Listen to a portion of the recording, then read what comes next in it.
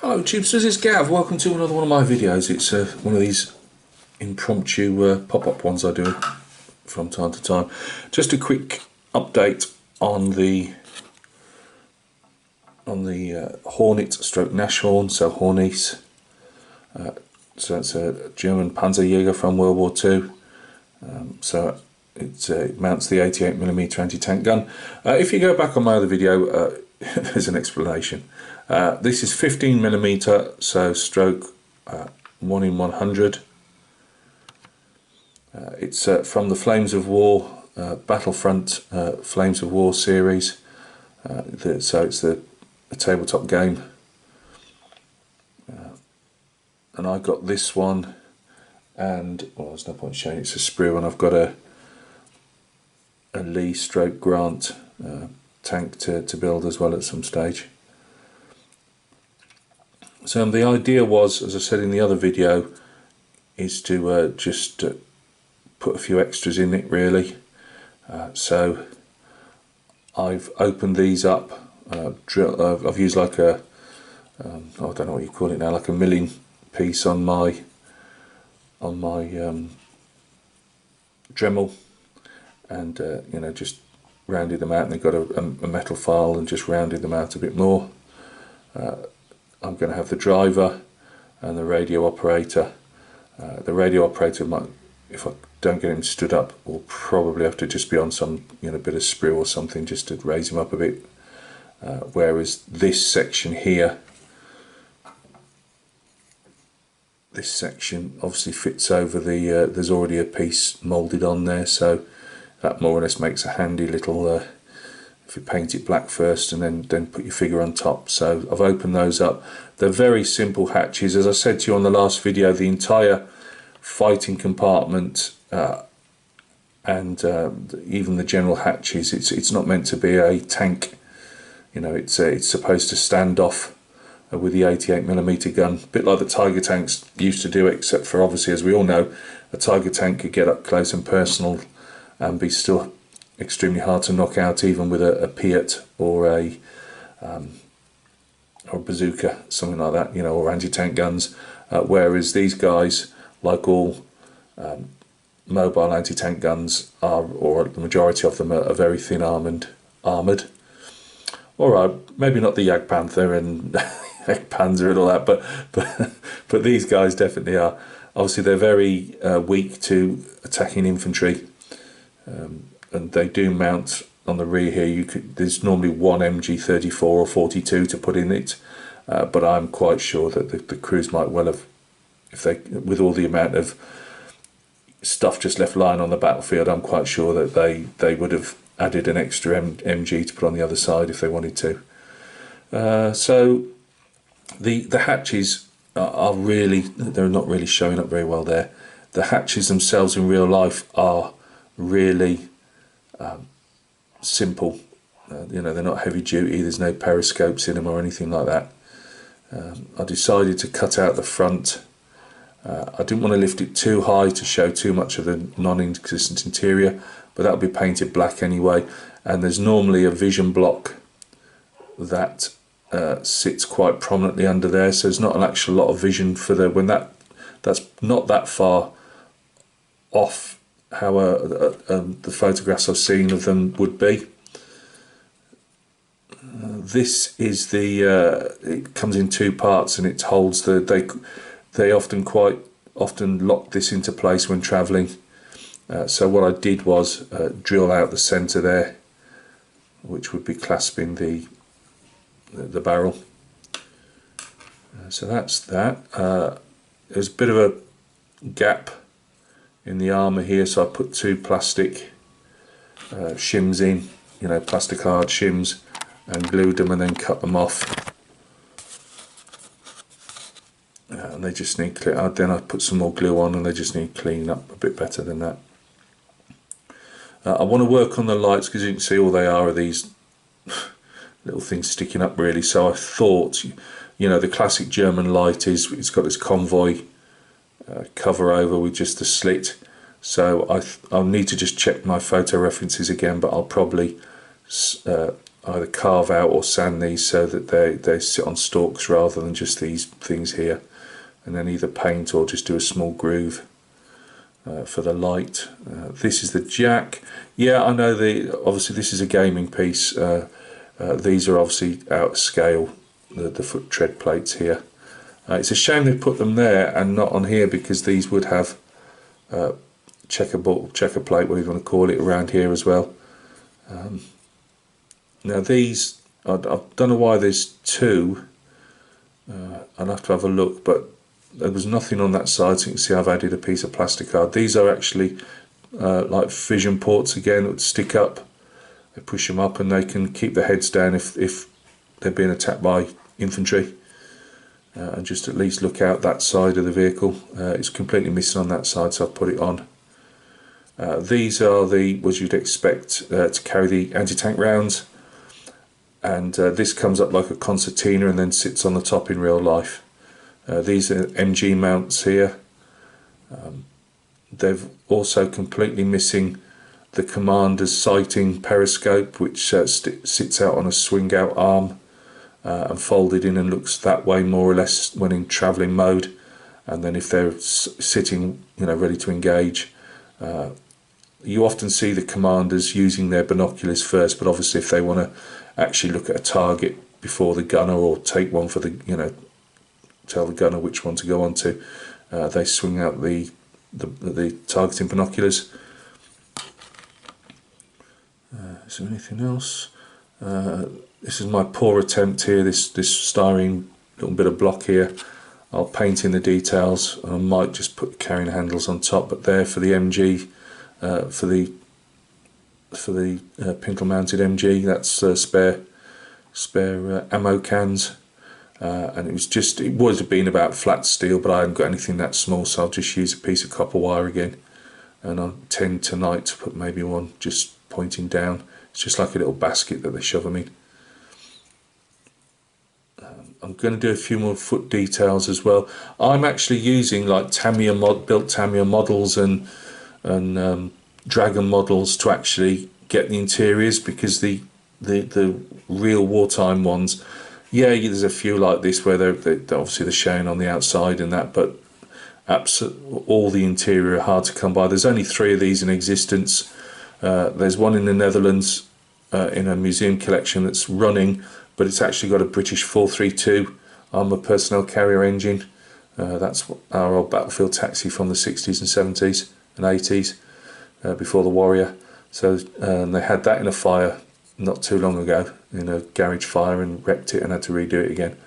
But she's actually running. I don't know if she's running at the moment, but she's in running condition normally. There's one in Russia. Let's get that word out quick, Gav. And there's one in the is it Aberdeen Proving Grounds in the States. It's just outside. It doesn't look in particularly great condition. So yeah, and obviously things get rubbed. All the little bits normally get rubbed off these things. I'm sure the one in the Netherlands is probably got all the interior, even if it's had to be rebuilt. But what I was going to ask, if anybody, probably you'll switch off by now, but on some of the models I've seen, there's like it's almost like an I-beam that goes in almost like a V shape on the floor here, with a rod that comes out with a wheel on it when it's obviously something to do, obviously I would imagine something to do obviously with a gun. We'll look at the gun in a minute. But a lot of the ones I've seen without. So obviously I wouldn't suggest these are going to, as you can see from the sides here, they're not going to put a load of detail into these. These are originally designed as gaming pieces. I just thought they don't take a lot of room up, and it's nice as I can have this on the desk while I'm painting without delving into my models too much. I can still have a model fix by doing these little fellas up. That's not to say I'm not doing my models, my main ones, but these are just nice little ones to have and build up. So yeah, there's things like that. It's missing here. They've got this flat here, and yet I've seen others with them, they're at a slight angle and they stick out slightly, and there's a prominent box here which I'm not sure what that is, but I'll be putting that on. There's some other bits and pieces around the sides here. Again, just I'll be putting little blocks in and stuff, just to give you some idea of what they are. I'm not 100% sure what these two pieces are. All the Nash horns, this is a Hornisse, but there's not a lot of difference to them because I keep being told, but I've just seen a solid box going across here and not this gap, but I've not seen anything one way or the other to say what it is. This rod here, I don't know if that's a power cable or what, but it runs across. Again, the vagaries of making these little guys, there should be a bigger gap between that rod and this box. It should be somewhere down near the box, but you know, it is what it is. I think that's it on that. I've cut the back doors off and made them open. As I said to you, ideally I would have liked to have thinned all this out because it is really thick and chunky, but because of all the extra bits on here, I wasn't sure what to do, and I wasn't going to start faffing around, and I wasn't going to make them out of brass plate or whatever, copper plate. So if I'd have thinned the doors out, because they look really thick and chunky, but if I'd thinned them out, they would not have been in keeping with the rest of the vehicle. So there's a couple of little door handles here that obviously are close into, so the crew can literally just grab that and swing the doors in. And so I can't see them being heavy. There's a couple of latches on there. This is a foot plate here, and sometimes I see them cast with a little checker plate cast in them, and other times I've just seen them as bars. I'm not sure yet whether I actually put a piece of plastic card. Problem is though, the bar itself I've made is all over the shop, which I have seen them all twisted, and that is meant to be the bar at the back. This little piece, I've left it there because you can't see it, and it was just something for the bit of copper wire to adhere to, really. As I say, you could either call these, because this is also the Nash horn, apart from having a slightly different front, the Nash horn more or less looks like, not Nash horn, Hummel, which is the self-propelled gun variant to this. It looks exactly the same, apart from the front here is where this sticks up. It's the same on that side for the gunner. I've got a few, not gunner, the radio operator stroke second driver. There's a bit of gap there, not a lot. In fact, it's fitted quite well, really, but I've got to put some putty in that. Now, I had cut off a piece of pipe for the exhaust. Now, I reckon they're saying that that's the exhaust there, and they've also got it on that side, so I'm going to have to see. I only thought it came out one side, so they might have just replicated it, but we'll see. I might put a bit of, well, I will put a bit of putty in there just to get that gap down a bit, and same on that side. Or I might put it as a weld seam if I can get some stuff in there. And that's about it really on that side of it.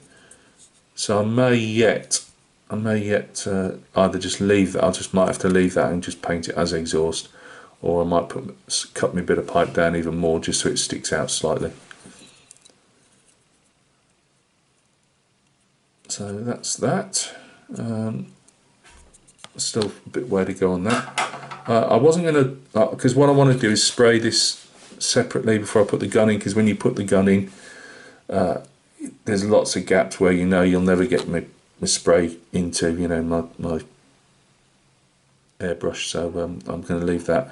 Now, there's not a lot on this as a, you know, it's basically there. They give you a seat and that, but there's no hand wheels or anything, so the only thing I've got is a couple of bit of styrene tube. It probably won't look great, but better than nothing. And there's a couple of hand wheels on there that I've got to mock up. There's like a supporting frame on here, and a big tube, like almost like a roll bar type thing that goes over there as well, and that's missing, so that's quite prominent, so I'll put that on. And then there's another wheel here as well. I've, like an idiot, I've left the blooming, I didn't think they were on show, and they're like, oh, look at us, big sink marks, but it's too late now. Just hope, I mean, there is going to be a seated crew figure here actually, so actually thinking about it, the seated crew figure is probably holding a wheel, at least one of them, but we'll see. But there's definitely a wheel missing on this side.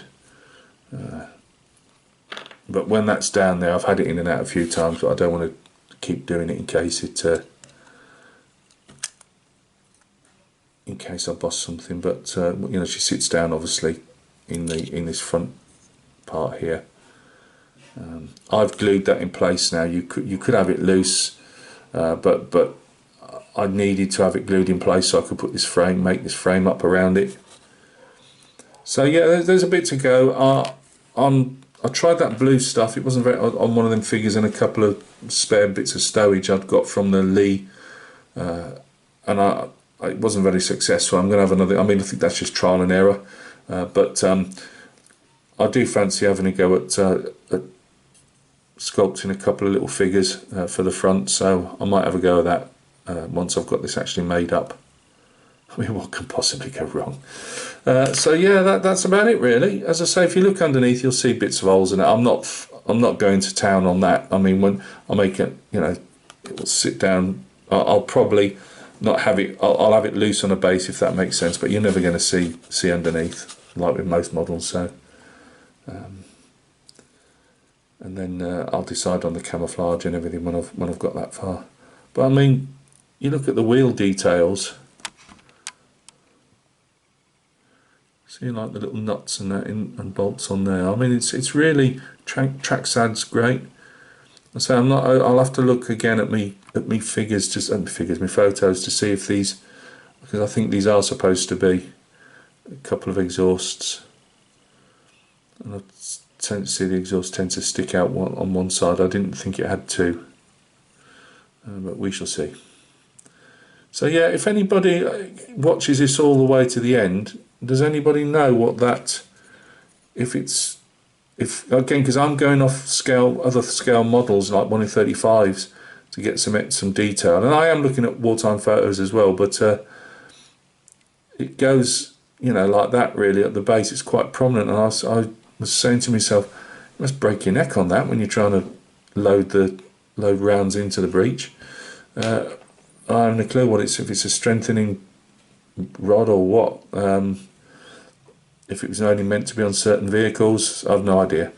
So if anybody's ever built a Hornisse or a Nashorn and can say if, you know, I mean, there were definitely 88mm barrels. Would it have actually been for the Hummel, the, you know, self-propelled variant, and that somebody's just put it in by mistake?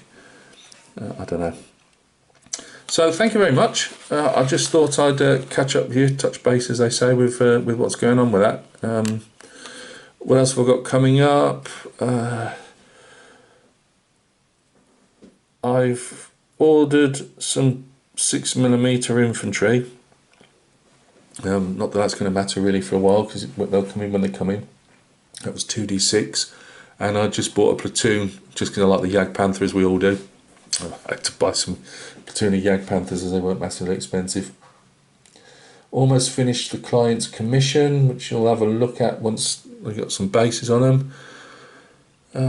What else? As I say, I was, you know, there wasn't a lot of love for this Hornisse when I put the sprue up, so I'll just quickly flash it in front of you. So yeah, I've got a Lee stroke Grant, which I intend to do roughly what I'm doing with this one with this, but we'll cross that bridge on another video. The car's just got I'm loving that 1 in 24 Roadster. I have been working on it. We've got a spike in temperatures here at the moment, and we will have until Monday when it drops back down to about 19 or 20. When it drops back down, I can go on with the varnish and some bit of painting I need to do on it before I start sticking it together. So that's rolling forward. No pun intended. I need to get some more done on the Lexington. Once that's done, the next one up will be finishing the Dragonfly. I'm determined to get that one done, because I said that was for Gary, and I don't want to do it and not do it, if that makes sense. That's about it really. Jeff over at the Jeff's Model Garage, he's doing a group build for my good Mara old Tom at Rambler 69 channel. I will be throwing my hat into the ring on that one. I couldn't not do, could I, after all the help he's given me with this one. But that'll be, we've got a whole year for that, so it will be the next car model I do, which is, I just need to get some bits and pieces sorted first. But that wasn't it. I'm not skirting around it. I just can't remember what the hell I was going to tell you. What was another video coming up? No. Oh, I've bought some. You can tell I've got paid from the other figures. I just wanted to see how to paint, how they paint up, and if I can obviously sell them on some 40mm Perry miniatures, 40mm Peninsular War that some people game and others just have for collections. So I've only bought 4 figures at the moment just to see, you know, what they're like, how they paint up, you know, if I can sell them, because I have to sell stuff to obviously paint more stuff. So yeah, anyway, I waffle as always. I've started painting the, you know, when I said I put a video up a while ago saying what would you like to see painted, I had a complete blooming disaster with the 2 figures. I presume the other one's going to be as bad. The British Line Infantryman, I'd sanded the bases, which I don't normally do, and for some unaccountable reason I've managed to flick sand up, and I've either probably not cleaned it off, and I've obviously gone and put primer all over the top, and his trousers got little bits all over. And I'm going to show you. So what I'm doing is painting it as and when, and taking photographs of it as I go. But there's little bits and pieces which I'm going to have to try and convert into muck. So I'm afraid that is just going to be a slideshow one, and that actually pushed me into getting those 40mm, because I've been thinking about them for a while. I wouldn't be surprised if this fella's not got the same. So I am not wiping them all down again.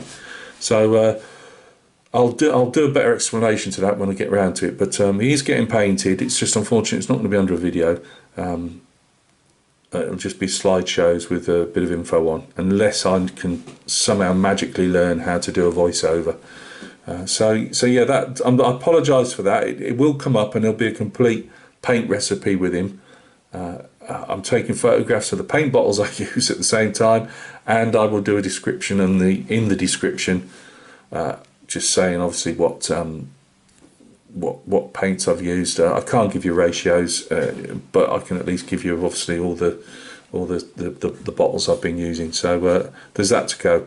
But yeah, we'll push along with this little guy as we go, and at some stage once I've got everything done and he'll be ready for primer, I'll get some primer on, and you know, we'll get that looking a bit right. This is being built as a tribute to my Mara Joachim over at the Yorama Model Bow channel. As I say, he's a brilliant modeler at small scale, although he does one in 76 rather than these 1 in 100s, straight 15mm. But I will do yet another link to Joachim's channel if you'd like to go over and see his work, because it really is first class. Fantastic modeler. So yeah, that's that. And there was something else, and I can't think of it for the life of me. No, it's gone. Oh yeah, that was it. Has anybody heard any rumour on the rumour mill yet when the Airfix Ferret is coming out, the 1 in 35 scale? I've got mine with is it the Mod Scale Model Shop, or the Model Shop, something like that, the place I use a lot. And I'm in no rush for it because I've got a ton of stuff to do, but you know, obviously it's all bought and paid for, and it was supposed to come out in June, and obviously that's not been the target that's been hit. So yeah, anybody knows what's happened to the Airfix Ferret? As I say, I'm not in the moaning stage yet.